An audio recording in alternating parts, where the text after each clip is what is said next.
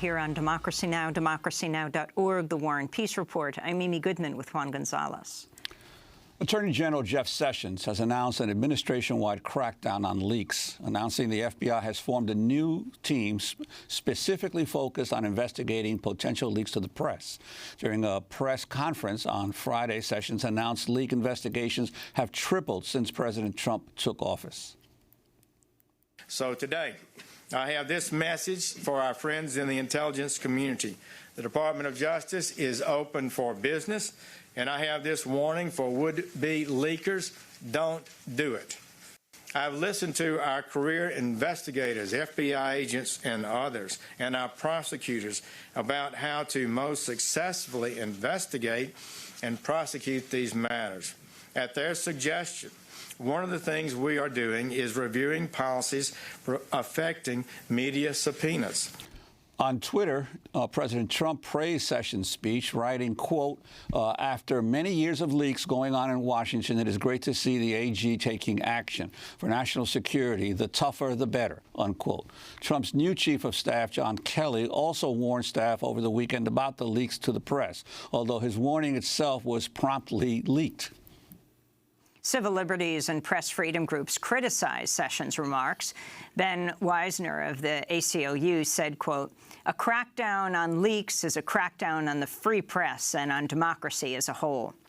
Well, for more, we go to Washington, D.C., where we're joined by John Kiriakou. Spent 14 years at the CIA as an analyst and case officer. Kiriakou exposed the Bush-era torture program and became the only official jailed in connection with it. His memoir is titled Doing Time Like a Spy: How the CIA Taught Me to Survive and Thrive in Prison. John Kiriakou, welcome back to Democracy Now!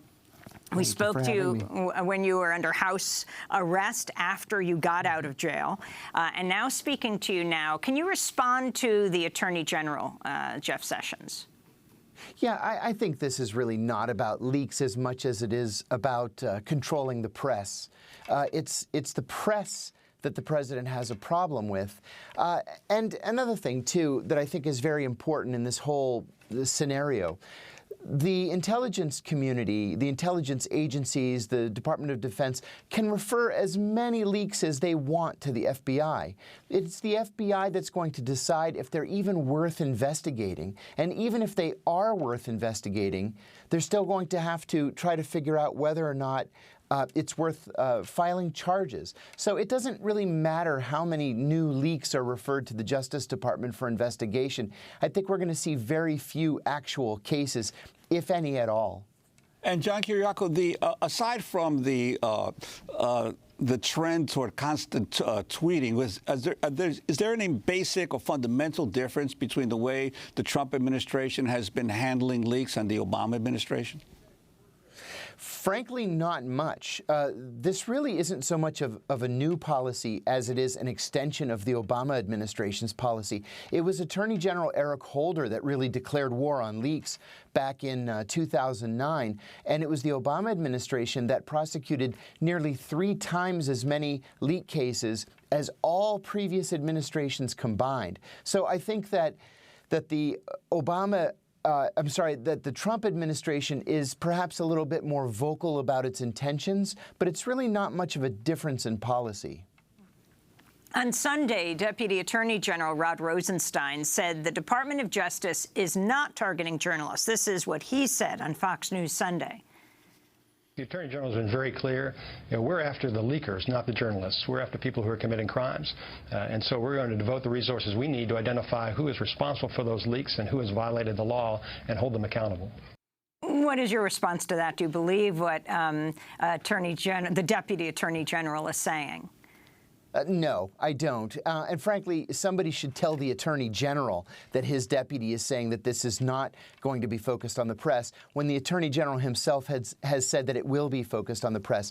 You know, I think the Justice Department learned a lesson with James Risen of the New York Times in the Jeffrey Sterling case, where they tried to compel Risen to testify in that case. Risen refused. He went to the Fourth Circuit Court of Appeals and lost there. Went then to the Supreme Court and lost there, and still refused to testify. Finally, the Justice Department backed off. I think that the Trump Justice Department isn't going to want the government to back off. I think they're going to want to make an example of somebody in the press, and preferably make an example of someone who's as highly respected as James Risen is. You've been one of several former intelligence officials who've talked about the problem of overclassification of material in the U.S. government. Could you elaborate on that? Yes, there are something like 3 billion classified documents in U.S. government databases. It's actually, and most Americans don't even realize this, it's actually illegal to overclassify something. Now, in the CIA, we saw this kind of thing all the time. And I'll give you an example. My wife and I were in the CIA at the same time. If I wanted to have lunch with her, I would send her a message and say, hey, do you want to have lunch? And I would classify that document secret. Now, why is that secret? It's actually not secret. But everybody classified everything at the secret level. It was just policy. It's just the way things were. She would respond to me, sure, I'll meet you at 12, and she would classify that secret. It's actually illegal to do that. And I think that in what we're seeing now with the case that I think is the impetus of this new Justice Department announcement, the leak of the transcripts of President Trump's conversations with the Prime Minister of Australia and with the President of Mexico, that the information in those transcripts really wasn't very sensitive. It was embarrassing to the president, certainly, but it wasn't, it had no impact on national security. So for the administration to say that that was classified or that that was somehow national security information is an overclassification. This is an issue that no one in government has yet addressed, and I think that the only way it will be addressed is if someone is arrested for leaking this information, and then they fight it by saying that it was improperly classified. I think that's the only way we're going to see action on this. If you were asking your wife to meet in the evening, would that be top secret? Exactly. I mean, we throw around these classifications like they mean nothing. In fact, they mean very important things. Now, what should be used are things called controls rather than classifications. You can call something sensitive but unclassified, SBU, or you can call it for official use only. So that means that they're not intended for public dissemination, but they're not necessarily classified. There's a lot of information in government that should have those controls, but should not be classified. And could you discuss also the distinction between just leaking and whistleblowing for those folks who don't understand the distinction? I think this is a very important distinction, actually. There's a legal definition of whistleblowing, and that is bringing to light any evidence of waste, fraud, abuse, illegality, or threats to the public health or public safety. Leaking is just leaking, and there are lots of motivations for leakers. Some people like the thrill of speaking with a journalist, for example. Some people like to feel important, that they're on the inside, they have this information, and they just have to share it with somebody. Some people do it for revenge, just because they're angry at a boss, angry at the president perhaps, angry at a supervisor. But leaking is not whistleblowing. They are mutually exclusive. And politicians and even the White House leak all the time, don't they? Well, you know, that's the dirty little secret of Washington, isn't it? The most prolific leaker in Washington is the President of the United States. Not even just that it's Donald Trump. It was Barack Obama before him. Certainly, many leaks, I might even say most leaks, come out of the White House, out of the National Security Council, and out of the Defense Department. Now, those are usually what we call official leaks, where they're meant as trial balloons or they're meant to influence public opinion or public policy. Those leaks are never prosecuted. John, your memoir, Doing Time Like a Spy, How the CIA Taught Me to Survive and Thrive in Prison. Can you remind us, and for people who don't know the story of John Kiriakou, how you ended up serving 2 years in prison? What exactly you did? Sure. In December of 2007, I gave an interview to Brian Ross of ABC News in which I said 3 things. I said that the CIA was torturing its prisoners. I said that torture was official U.S. government policy. It was not the result of a rogue CIA officer, as President Bush had suggested. And I said that the torture policy had been personally approved by the president himself.